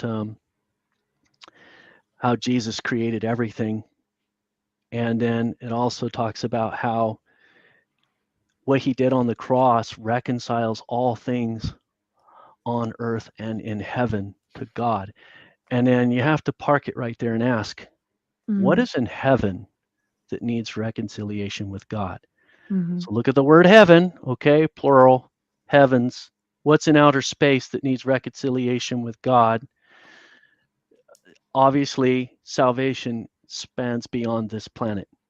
And a lot of ETs come here because they're trying to find out more information about this planet and what Jesus did here. Honestly, if you're mortal, you're dealing with sin and death, period.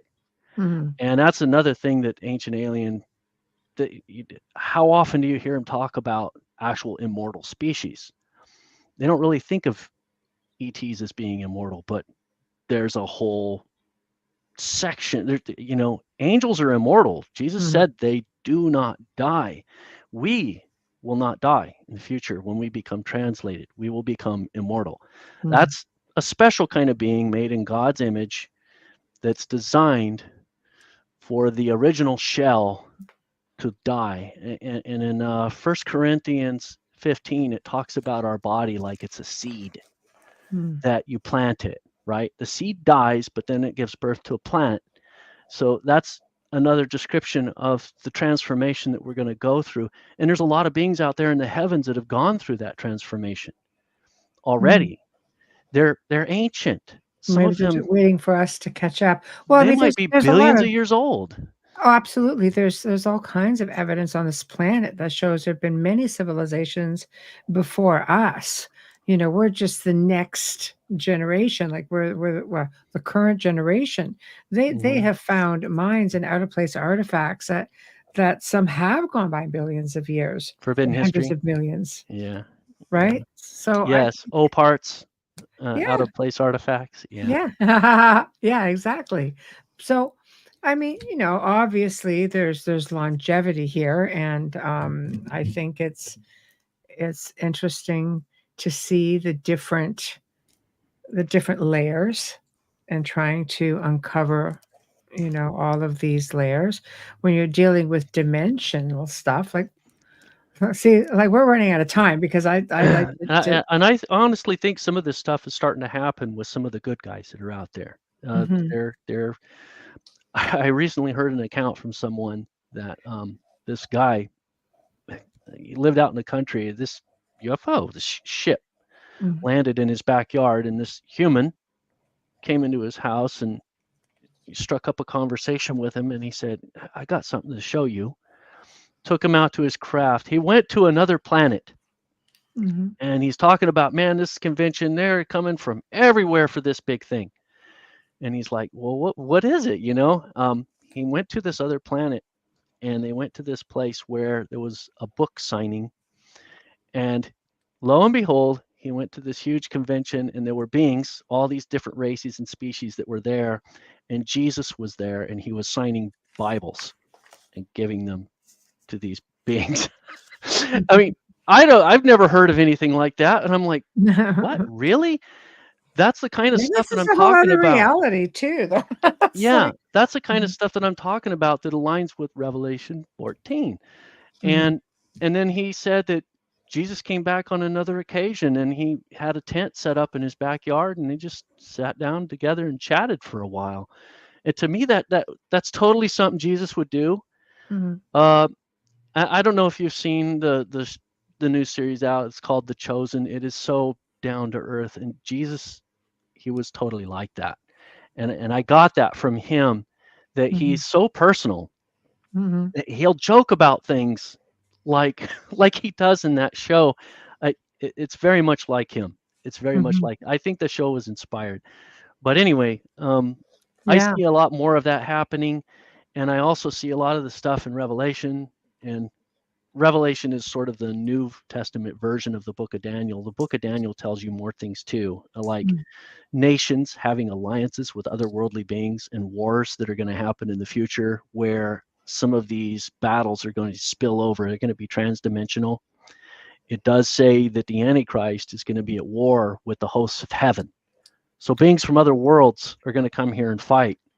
So we're going to see all kinds of exotic spaceships and stuff, and beings that are maybe not even human being involved in battles here on Earth. And we're going to have open contact, and it's going to happen in the future. I don't see any other way around it. There's just too much of it there in the Bible telling you these things are coming in the future. And along with that, this huge deception. And that's kind of like what I'm trying to outline and tell people before it happens. So when these things start unfolding, this book will be there, right. And they'll be able to say, oh, he said this was going to happen. Right. I wish we had more time, but we're at the top of the hour, and we're there already. So tell everybody how to find you, how they can communicate with you, buy your books. I will make sure all of your websites are, well, they're up in the description, but I'll make sure that all the pertinent information is there for you. Okay. Gonna put it up? Yeah, go ahead. Yeah. So, of course, my name is right there in my, www.johnmilor.com is my author website. But then here's 4 books that I have that are all in this genre. Yeah, just put it up if you want to present it. I thought I did. That's right here. Oh, I got to put add to the stage. There we go. Hold on. There we are. Oh, very nice. Yeah. So I have landing pages for these books, so they're a little easier to remember than my name. ChristianUfology.net, thestrongdelusion.net. There's also another site, thestrongdelusion.com.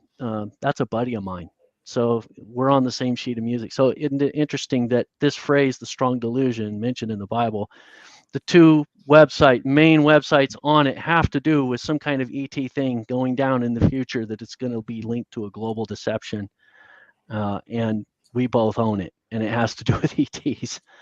So I showed Jesus coming back in the future, and this on the cover of this book. I think this is going to be a future event that's going to happen, except this isn't going to be the Jesus that people think he is.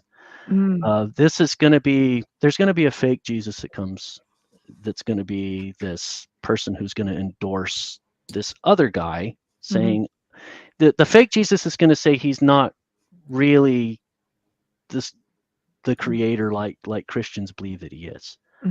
And he's going to have another narrative that, of course, it doesn't align with the truth that the Bible says. And in this book right here, Aliens in the Bible, is the first one that I wrote. So I actually changed some of my views over the years when I wrote this one. Like I said, I primarily believed that the bulk of it was demonic.